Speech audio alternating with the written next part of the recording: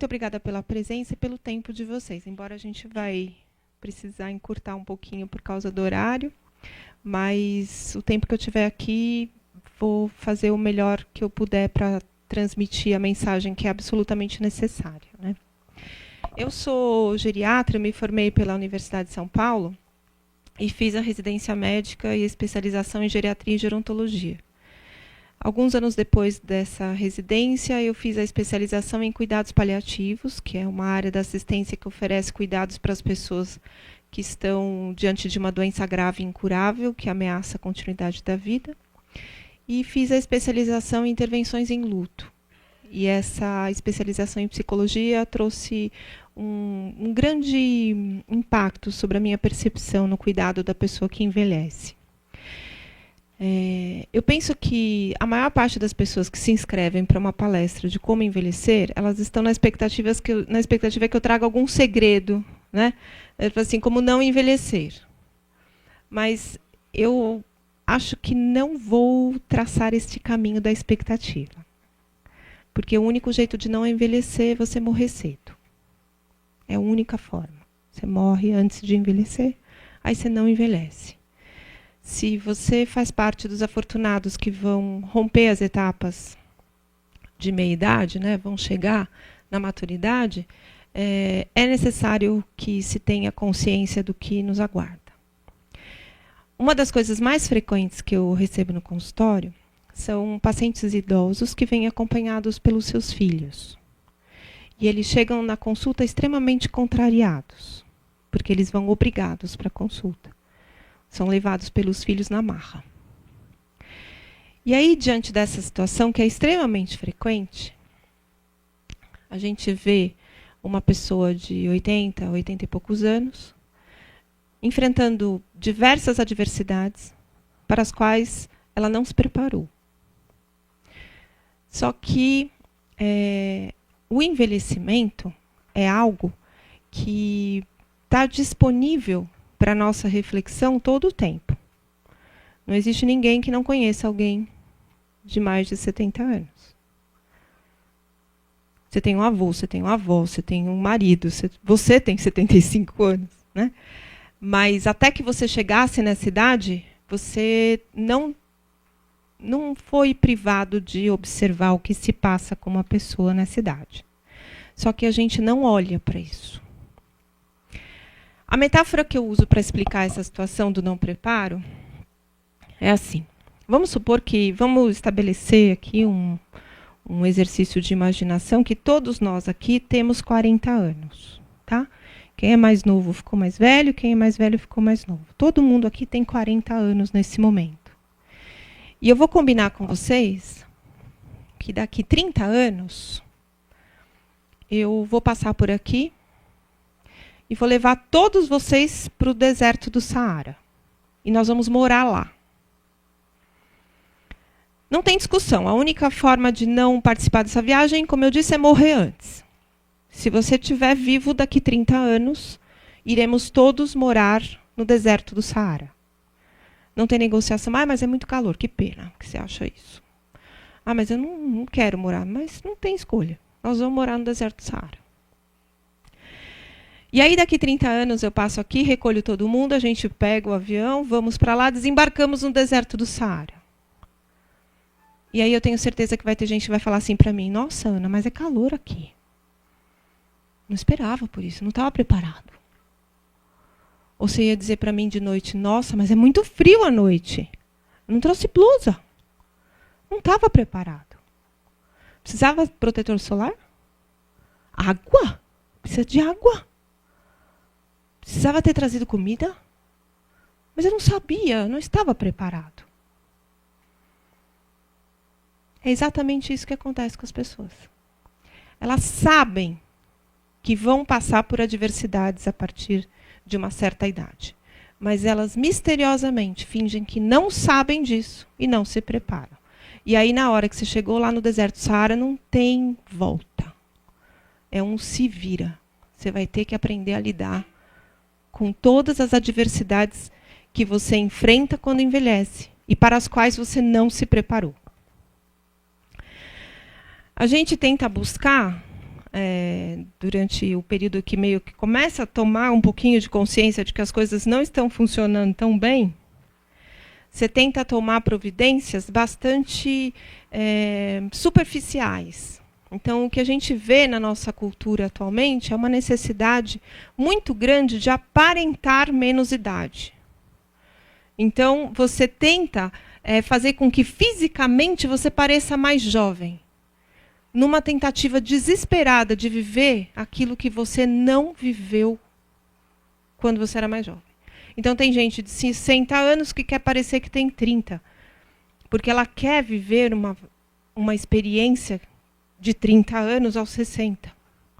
Porque quando ela teve 30, ela não estava se dando conta de que era importante viver determinadas coisas com 30. E deixou para viver depois. Que é uma outra situação que acontece com muita frequência. A gente deixa para depois. A gente deixa para viver quando se aposentar, não é? Assim? Eu sempre falo sobre uma reflexão que devia ocupar a nossa mente durante todo o tempo. Você torce para o dia acabar rápido, para chegar logo às 6 horas para você ir embora. Você torce para a semana acabar rápido, para chegar logo sexta-feira, para você estar de folga no fim de semana. Você torce para chegar às suas férias. Aí você torce para chegar à sua aposentadoria. Na verdade, você está torcendo para a sua morte chegar mais rápido. Porque quando o tempo passa mais rápido, o último dia está mais próximo. Quando você tem essa percepção do seu tempo, tem alguma coisa errada com a qualidade de escolha que você faz sobre o que fazer com o seu tempo. Se você precisa torcer para que ele passe rápido, é porque você está fazendo escolhas a respeito da sua rotina completamente incompatíveis com aquilo que você considera valioso para o tempo que você tem de vida. Então, o problema não é da empresa, não é do seu pai, da sua mãe, da sua avó, do seu filho, do marido, não é da sociedade, não é do prefeito, não é do governador, não é do presidente da República, não é do padre, não é do pastor. O problema sobre as nossas escolhas, do que fazer com o nosso tempo, é um problema nosso. Então, nessa conversa de como envelhecer, né, ou como envelhecer sem medo, a gente precisa de coragem para ficar velho. Para poder ser feliz, quando a gente ficar mais velho, a gente precisa de coragem. Então, vamos combinar que quem é muito medroso tem uma chance muito grande de se enfiar em várias encrencas na época de envelhecer. Quem é mais corajoso pode tomar providências bastante sensatas a respeito de felicidade mesmo, estado de felicidade quando se envelhece. Então, eu me programei para conversar com vocês sobre os 5 grandes aspectos da nossa vida humana. E como que a gente vai trabalhar, como que a gente se compromete em relação a cada um desses 5 aspectos, de uma maneira responsável e consciente, a ponto da gente poder usufruir o tempo de vida que a gente tem. Tá? Tem uma pesquisa, é a pesquisa mais longa da história da humanidade, que está ainda em andamento, que é uma pesquisa feita em Harvard, que começou em 1900 e bolinha, acho que 1912, 1915, algo assim, bem no século passado mesmo. Os pesquisadores decidiram acompanhar a vida de jovens lá de Boston sobre todos os aspectos. Então, eles acompanhavam a cada ano, esses jovens passavam por uma avaliação médica, uma avaliação psicológica, uma avaliação cognitiva, né, em relação à memória, desempenho de pensamento, uma avaliação social e uma entrevista sobre qualidade de vida. Todos os anos. E eles fizeram 2 grupos. Um grupo de jovens que tinha acabado de entrar na faculdade, em Harvard, fazendo parte da elite da sociedade americana da época, porque a Harvard sempre foi uma faculdade elitizada, e um outro grupo de jovens da periferia de Boston. Então, realmente mais marginalizados numa condição social bem aquém a comparação desses jovens que entraram na faculdade.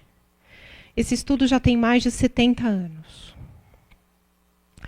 E aí, quase 80 anos esse estudo tem. E ele mostrou que aquelas pessoas que estão vivas hoje, nesse estudo, então o estudo começou, desculpa, em 1930, porque para dar 80 anos agora dá mais ou menos isso, 1930, na década de 30. E aí, esse estudo mostrou que as pessoas que chegaram a mais de 90 anos nesse estudo, elas, quando entrevistadas a respeito da sua satisfação com a vida, de olhar para trás e falar, valeu a pena, do alto dos seus 90 anos, eles decidiram olhar os dados destes indivíduos estudados aos 50 anos. Então, aqueles que estavam 90 com sucesso, foram lá no prontuário deles e olharam quando eles tinham 50 anos. E analisaram todos os dados destas dimensões de avaliação, né, física, emocional, social, familiar e espiritual, para constatar o que fez diferença. Né? Qual que é o prognóstico que a gente tem aos 90 anos? De um envelhecimento, de uma vida de sucesso. Não é nem um envelhecimento de sucesso, uma vida de sucesso. E pasmem, não foi o nível de colesterol, nem o controle do diabetes, nem hipertensão, nem marcadores tumorais, nem antecedentes de câncer na família ou até na própria história do paciente. O que fez diferença, a única coisa que fez diferença na história de sucesso de um envelhecimento foi a qualidade das relações humanas que estas pessoas tinham aos 50 anos. Então, primeiro passo para você envelhecer bem. Você tem que ser uma pessoa bem legal, bem agradável, bem determinada a receber afeto dos outros. Determinada a oferecer afeto para os outros. Outra coisa que acontece muito frequentemente no consultório é o paciente chega lá e fala assim, mas eu não queria dar trabalho. Eu falo, então, mas está dando. Não, mas eu não queria. Puta, que pena, né? Está dando. Aliás, vai dar mais trabalho. De cada 10 pessoas nessa sala aqui, segundo a estatística no Brasil, 9 vão dar muito trabalho. Porque só uma vai ter aquela morte súbita que a gente acha linda, romântica, morreu dormindo, atropelado, ou bala perdida, né? É morte súbita também. Né? Você fala assim, quando tem um acidente grave, quando tem assassinatos, a gente não fala que lindo. A gente não tem condição de achar a morte linda. Mas a gente quer morrer sem sofrimento, né? Imagino que ninguém queira morrer com sofrimento aqui. Mas, na estatística, apenas de cada 10 pessoas, só uma vai ter uma morte que não vai dar trabalho. Talvez dê problema, dê trabalho no luto. A gente vai deixar... Tá certíssima. Está no DataSUS de 2015, disponível lá no site do governo federal. Eu imaginei que fosse 10, 7 e 3. Não. 10 e 1. Não. Mas em países já desenvolvidos é mais ou menos isso. Aqui a gente é subdesenvolvido, então a gente morre mais sofridamente. Assim. E aí, nessa condição de cada 10, 9 vão adoecer e vão ter morte anunciada, que eu falo. Que você vai ter um diagnóstico de uma doença grave e incurável e você vai saber que você vai morrer. Embora você vá negar isso, vai dizer que é só uma bolinha, não tem nada de grave, né? Vai fazer quimioterapia para não virar câncer, né? Tem uma série de dificuldades que a gente tem na nossa cultura de lidar com a possibilidade de que vai morrer. Então a gente não vai querer falar sobre o assunto, e se a gente quiser falar sobre o assunto, nossos filhos não vão deixar. Eles vão chegar assim no dia da consulta do médico e falar assim, ele não sabe. Não conta para ele. Então a gente vai adoecer. É possível que a gente não tenha acesso ao motivo pelo qual nós estamos nos sentindo fracos e a gente está se sentindo doente. E a gente vai dar trabalho, porque a gente vai perder duas coisas que nós lutamos muito para manter, que é a autonomia e a independência, que é um outro conceito também importante quando a gente envelhece. A autonomia é a sua capacidade de tomar decisões, de ser lúcido, orientado, consciente, estável, sem nenhum tipo de coação, você tem a condição de tomar decisões.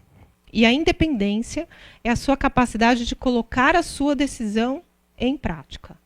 Então, eu quero ir no banheiro, é minha autonomia. Eu quero ir agora no banheiro.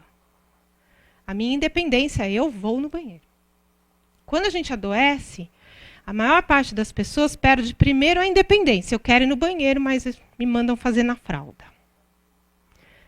Não tem experiência mais cruel do que aquela que a gente... Alguém aqui já ficou internado, ficou de fralda? Quando a gente tem que usar fralda, a gente percebe a importância da nossa independência. É muito difícil, muito desafiador. Você está doente. E aí você está no quarto. E aí chega alguém para te visitar. Que é sempre a pessoa que está disponível para te visitar. É aquela que você não gosta. Né? Os visitadores de hospital são aquelas pessoas que você gostaria que jamais aparecessem na sua frente. Mas ela está disponível para ir te visitar. E ela chega na sua frente e faz aquela cara de ficar para sempre. E você está morrendo de vontade de fazer cocô. E você quer ir no banheiro. E a enfermeira fala, faz na fralda. Esse processo de perda de independência é algo extremamente desafiador. Você fala assim, Ana Cláudia, muda de assunto. Eu preciso ir embora porque eu não suporto falar sobre isso. Tudo bem, não fale, mas vai acontecer. Vai acontecer com você ou com alguém que você ama muito. E o desafio que a gente tem é se preparar para esse momento, para poder saber dar trabalho. Vocês sabem como dar trabalho? Minha mãe me ensinou como dar trabalho. Minha mãe teve uma doença neurológica, ela faleceu de esclerose lateral amiotrófica, que é uma doença rara, porém extremamente cruel, porque vai te tirando a independência e todas as suas capacidades com total lucidez. Você vai assistindo as suas perdas com total consciência, que não tem ninguém que tem como te enrolar. Você fala assim, eu não estou mais andando. Eu falo assim, não, imagina, isso não está acontecendo. Como a gente faz com as pessoas que têm câncer, né? Você tem uma lesão no pulmão, e aí a pessoa fala assim, não, não é nada. E você acredita, porque, sei lá, pode ser que não seja nada mesmo.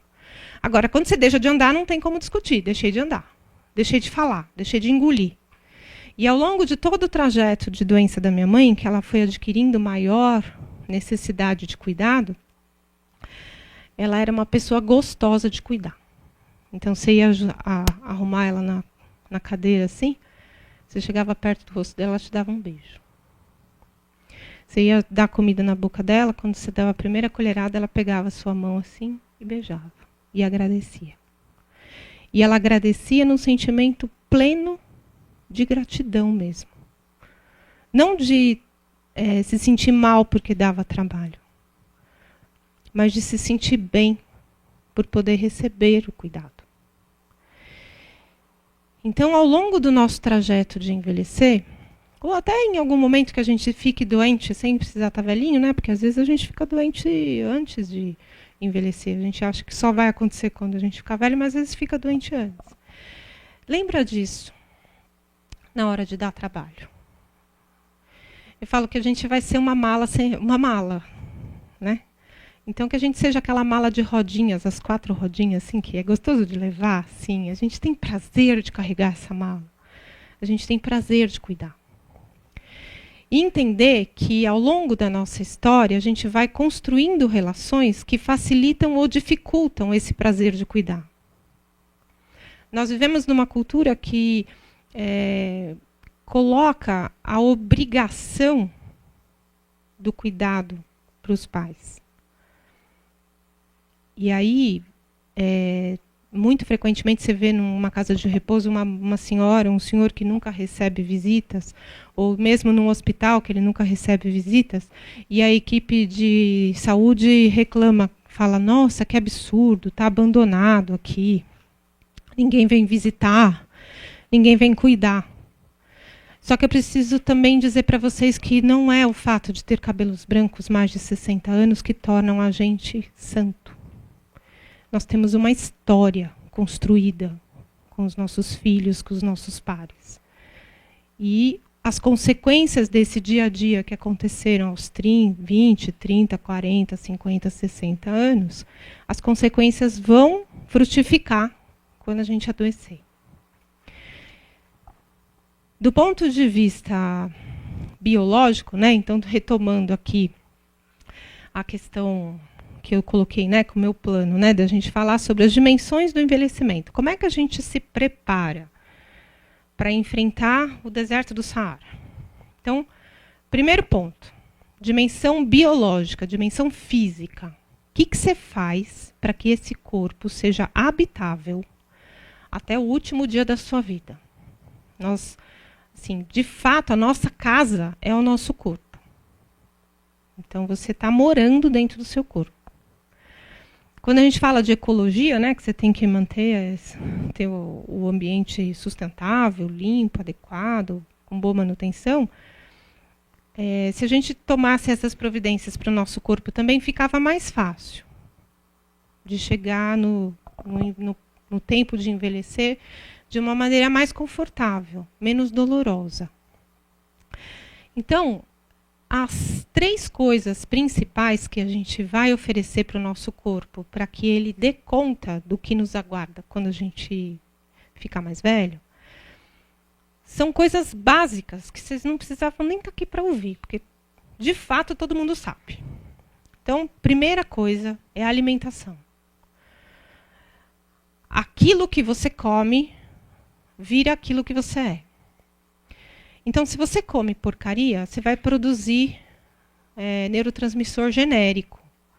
A gente não reclama dos genéricos que não funcionam direito? Que os remédios genéricos não funcionam direito? Então, por que eles não funcionam direito? Porque a matéria-prima utilizada não é de boa qualidade. Então, a nossa matéria-prima é a comida. Hipócrates já me ensinou isso na raiz da medicina. Faça do alimento a sua medicina, da medicina o seu alimento. Então, a cura não vem dos remédios que eu prescrevo. Vem do que você come, do que você ingere, do que você bebe. A cura de qualquer adversidade só pode ser alcançada a partir de um organismo que se propõe a enfrentar o desafio da cura, porque não é fácil você reconstruir tecidos. E aí, se você só come porcaria, você está oferecendo para o seu corpo uma matéria-prima de péssima qualidade para ele se virar para compor os tecidos que você todo o tempo lesa quando tem esses maus hábitos. Então, não tem mistério nisso. Ai, mas Ana Cláudia, integral é muito chato. Então, tudo bem. Come não integral. Se vira com as consequências depois. Não existe nada que você reclame agora que você não tenha que se responsabilizar pelo resultado quando se ficar mais velho. Não tem. Então, se você não está afim de se comprometer com a qualidade da sua alimentação, vai dar pau no final.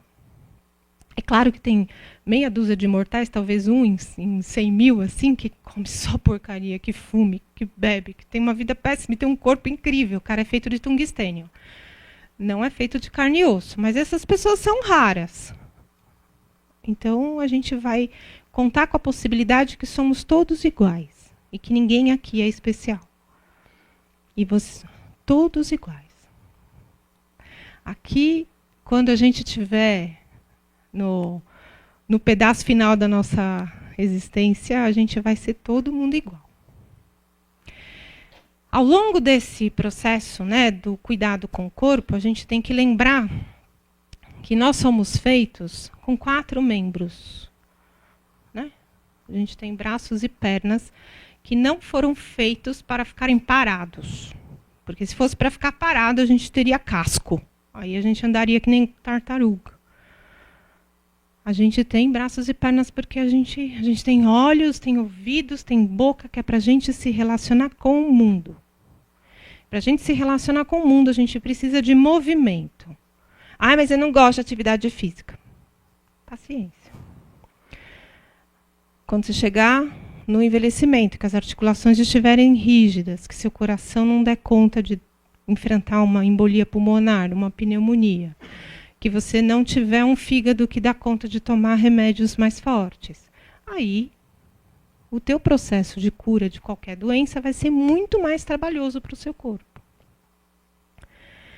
Então, a movimentação, né, o exercício, é parte absolutamente imprescindível para quem se propõe a envelhecer bem. Ah, mas Ana, se eu fizer exercício e comer direito, eu não fico doente? Fica. Você tem que fazer o que precisa ser feito pelo motivo certo. E o motivo certo é para você viver bem dentro do seu corpo. Tem muita gente também que chega para consulta, né? Agora que eu também estou mais exposta publicamente, eu tenho sido muito procurada por pessoas com doenças graves mesmo, incuráveis. As pessoas estão em cuidados paliativos, estão indo no consultório para conversar como que elas vão morrer bem. Coisa que era um negócio impensável, né? Quando eu comecei a trabalhar com isso há 20 anos atrás, imagina se eu ia receber no consultório uma pessoa que falou assim, olha, eu tenho um câncer avançado, a expectativa pela minha estatística é de que eu viva mais 3, 4 meses e eu quero saber como é que eu vivo esses 3, 4 meses sem dor. Como que eu preparo a minha família para a minha morte? Como que eu vou lidar com o medo que eu sinto desse momento? Então, é surreal, né? Uma consulta dessa, a pessoa chega e fala isso. E aí, nesse momento em que ela chega e fala isso, muitas vezes ela traz um certo ponto de mágoa. Porque chega no consultório, às vezes, as pessoas com câncer e falam, puxa, Ana Cláudia, eu comia tão bem, eu sempre fui uma pessoa tão preocupada com a alimentação, sempre fiz atividade física, eu sempre me cuidei. Sempre fui uma pessoa comprometida com essa qualidade do que eu posso viver. Mas tive câncer. O que adiantou tudo isso? Aí eu digo, quanto tempo você tem de câncer? Às vezes a pessoa tem 2, 3 anos de câncer. Ou às vezes ela tem 3 meses de câncer. Pode ser um câncer de pâncreas, um câncer gástrico, um câncer de pulmão, que às vezes é avassalador, né?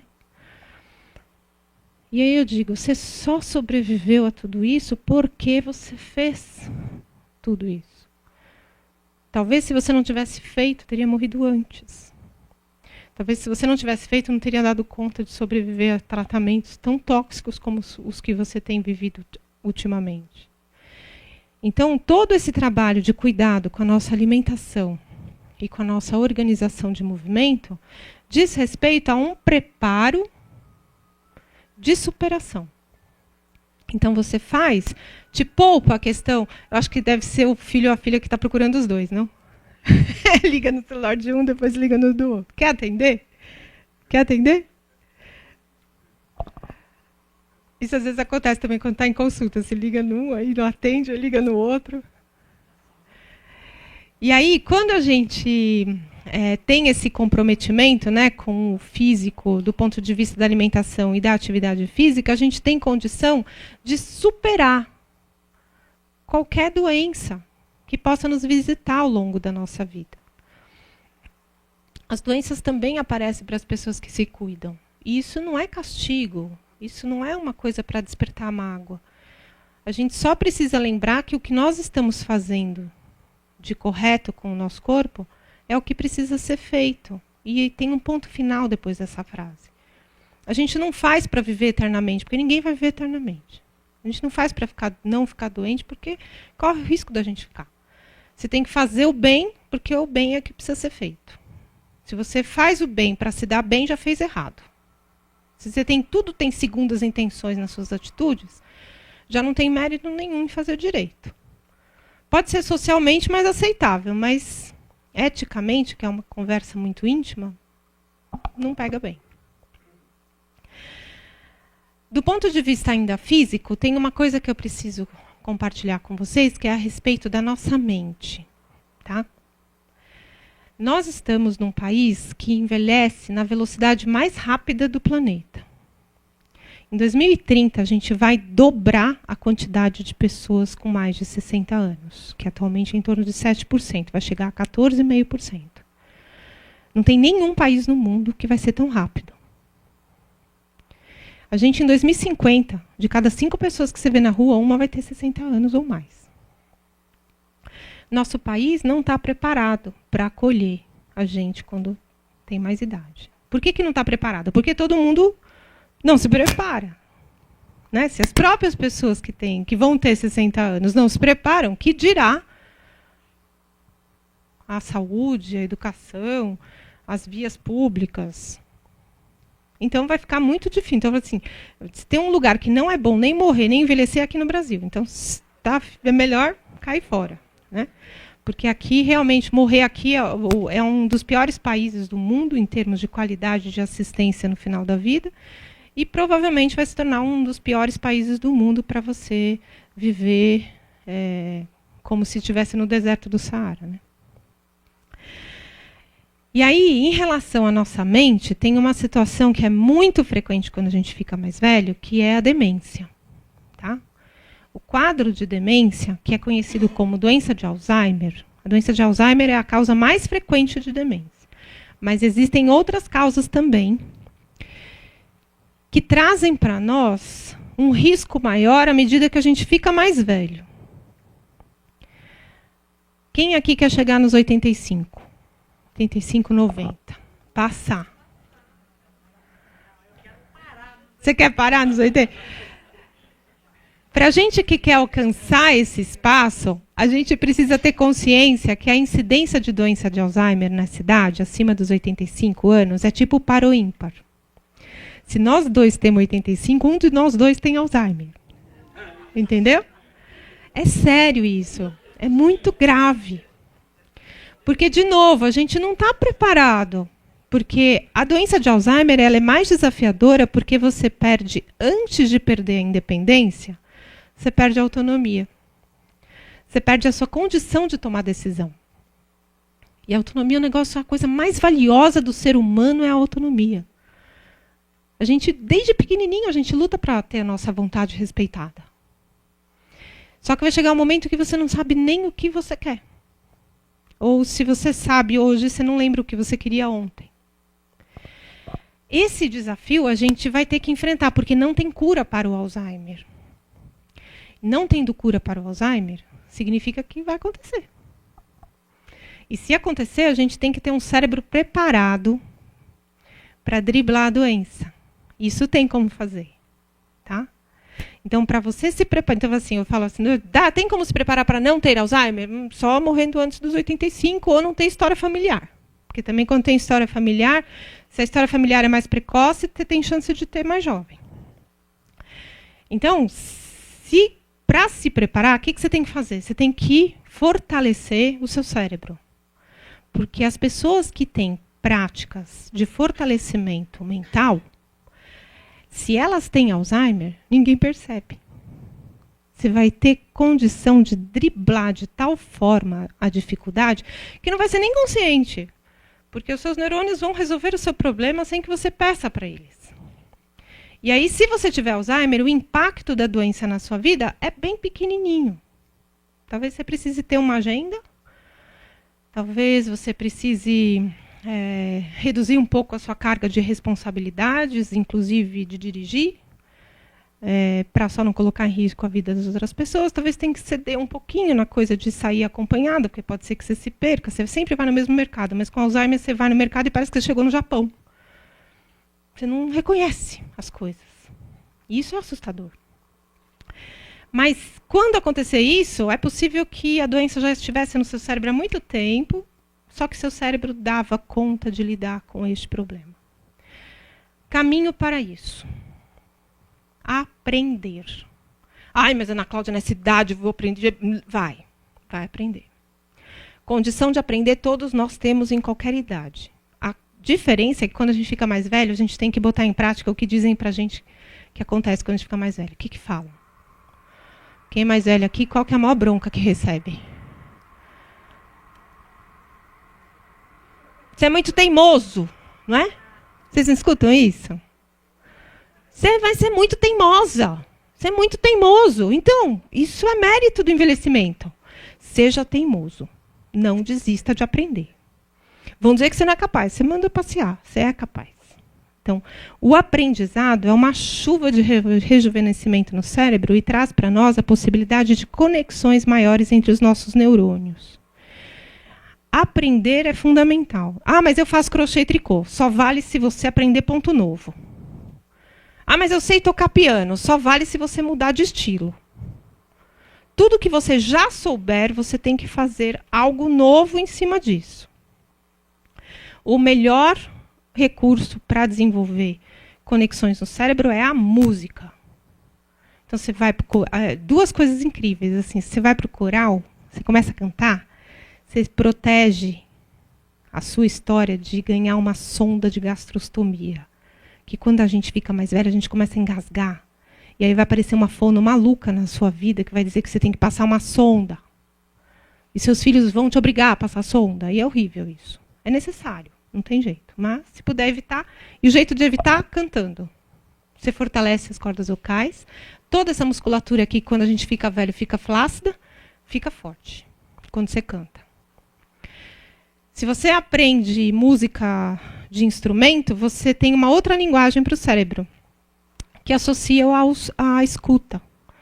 A música entra no nosso cérebro por um lugar que o Alzheimer não atinge. Então, pode ser o seu recurso de salvação, caso você tenha essa doença, de conexão com o mundo. Você fica online de novo, através da música. Então, aprendizado é fundamental. E a outra coisa que é muito importante é meditar. Ai, mas eu não consigo, é muito chato. Então, paciência, fica lelé depois. Né? Mas outra coisa também que não cabe quando a gente fica mais velha. Mas eu nunca fiz, então, é tempo demais. A vida é uma só, você tem que experimentar jeitos diferentes. Mas eu sempre fiz assim. Então é monótono, muda. Sempre e nunca não cabe para quem está ficando mais velho. Tem que fazer diferente. Então você vai aprender música, você vai cantar, você vai meditar. E aí, com isso, vai ficar uma pessoa muito mais esperta, muito mais capaz de tomar suas decisões e o melhor, mais serena emocionalmente, que é outra dimensão que a gente vai ter que enfrentar, que é muito delicada. A nossa dimensão emocional, ao longo da nossa carreira como seres humanos, vai tomando proporções muito desgastantes. A gente vai ficando com maior risco de ficar magoado, com maior risco de ser atingido pelas palavras alheias. Embora a gente tenha uma compreensão da vida que pode ser diferenciada, dependendo de como você lidou com as suas emoções ao longo da sua vida, elas vão querer conversar com você cara a cara quando você fica mais velho. E uma das coisas mais difíceis que a gente tem que enfrentar é o luto. E o luto, não estou falando só pelos amigos que a gente perde quando a gente fica mais velho, que a gente começa a ir no velório, né? A gente está falando de luto de coisas intangíveis também. Você perde capacidades, você perde espaço. Ao longo da nossa vida, a gente perde tempo. Né? E aí, quando a gente chega na maturidade, a gente acha que o tempo não passa. Né? Tem um paciente meu que fala assim, quando a gente é jovem, os dias são longos e os anos são curtos. E aí, quando a gente é mais velho, os dias são curtos e os anos são longos. Porque cabe muita coisa nesse tempo. Na dimensão emocional, a gente vai conseguir lidar com isso se a gente tiver serenidade. E a serenidade a gente adquire pela meditação. Então, mas e terapia, Ana? Terapia é bem rico também para fazer. Mas o difícil é você encontrar um profissional que respeite a pessoa mais idosa. Porque, em geral, o jovem olha para o idoso como alguém incapaz. E muitas vezes o profissional de saúde também faz isso. Então, a meditação é um recurso de estabilidade emocional muito poderoso. Então, vai te ajudar cognitivamente, porque as pessoas que meditam pelo menos meia hora por dia, 5 a 6 dias por semana, têm uma espessura de córtex maior que os outros. Então, você tem neurônios mais bombados. Tá? É super fácil. Depois a gente pode até dar umas ideias aqui, para começar grupo de meditação aqui, porque essa é uma coisa de menor complexidade. A gente não precisa de acelerador nuclear para meditar, não tem necessidade de altas tecnologias. A gente vive num país onde 40% das pessoas, no final da vida, consideram fundamental o último ato derradeiro. O ato derradeiro, né? O último ato derradeiro é pleonasmo. O ato derradeiro, estar em paz com Deus. 40%. Essas pessoas, que somos nós, ao longo da nossa vida, a gente vai precisando de validações de Deus na nossa vida. Então, a gente escolhe muitas vezes o caminho religioso para ter segurança de que tudo vai dar certo. Só que se tudo der certo, você morre no final. Tá? Tudo dando certo, tudo dando errado, o desfecho é sempre o mesmo. Sempre o mesmo. Tem gente que fala assim, ah, mas eu tenho fé, não vou morrer. As pessoas com fé morrem também. Né? A própria expressão das lideranças religiosas mostra que a morte é algo que faz parte da história humana. Todos os líderes religiosos morreram. Jesus morreu, Buda morreu, Maomé morreu, pastores morrem, as famílias dos pastores morrem também, famílias de monges budistas morrem, monges budistas também morrem. A questão é, qual é o sentido da sua vida? E ao longo da nossa história, nós buscamos essa resposta. Você não tem que perguntar por que você está aqui. É uma pergunta que só leva à perda de tempo, porque você só olha o passado. Quando você fala por quê, você olha para lá. Você tem que perguntar para quê. O para quê te projeta para o futuro. Então, para que eu vivo? Para que eu existo? Se você não sabe para quê, é importante acelerar o processo de resposta. E talvez esse momento da sua vida não te traga a resposta. Talvez a gente só tenha a resposta mesmo na última semana de vida. Porque é nas últimas semanas, nos últimos tempos de vida, que a gente tem a possibilidade de a gente se conectar com realmente o nosso eixo espiritual. Quando eu estou cuidando de um paciente em final de vida, eu não olho, eu vejo uma pessoa caquética, com icterícia, com ascite. Eu vejo uma pessoa que é tão grande espiritualmente que ela não cabe mais nesse corpo aqui. Quem entende de computador sabe que quando você pega um software muito potente e põe num PC velho, queima. É isso que acontece com a gente. A gente passa para um nível de dimensão, de compreensão do para quê do mundo todo, que não cabe mais nesse espaço, nessa nave aqui que a gente tem. Então, o envelhecimento traz para nós essa realidade incrível, que o último dia da sua vida é o dia que você vai receber seu diploma de ser humano. Então, todo o seu processo ao longo de toda a sua história são aulas, são lições que você vai tendo para poder receber o diploma no último dia. Então, eu escrevi há pouco tempo um livro que chama A Morte é um Dia que Vale a Pena Viver. E a raiz de toda essa história é esse final. Porque no dia que a gente morre, é o dia da nossa missão cumprida.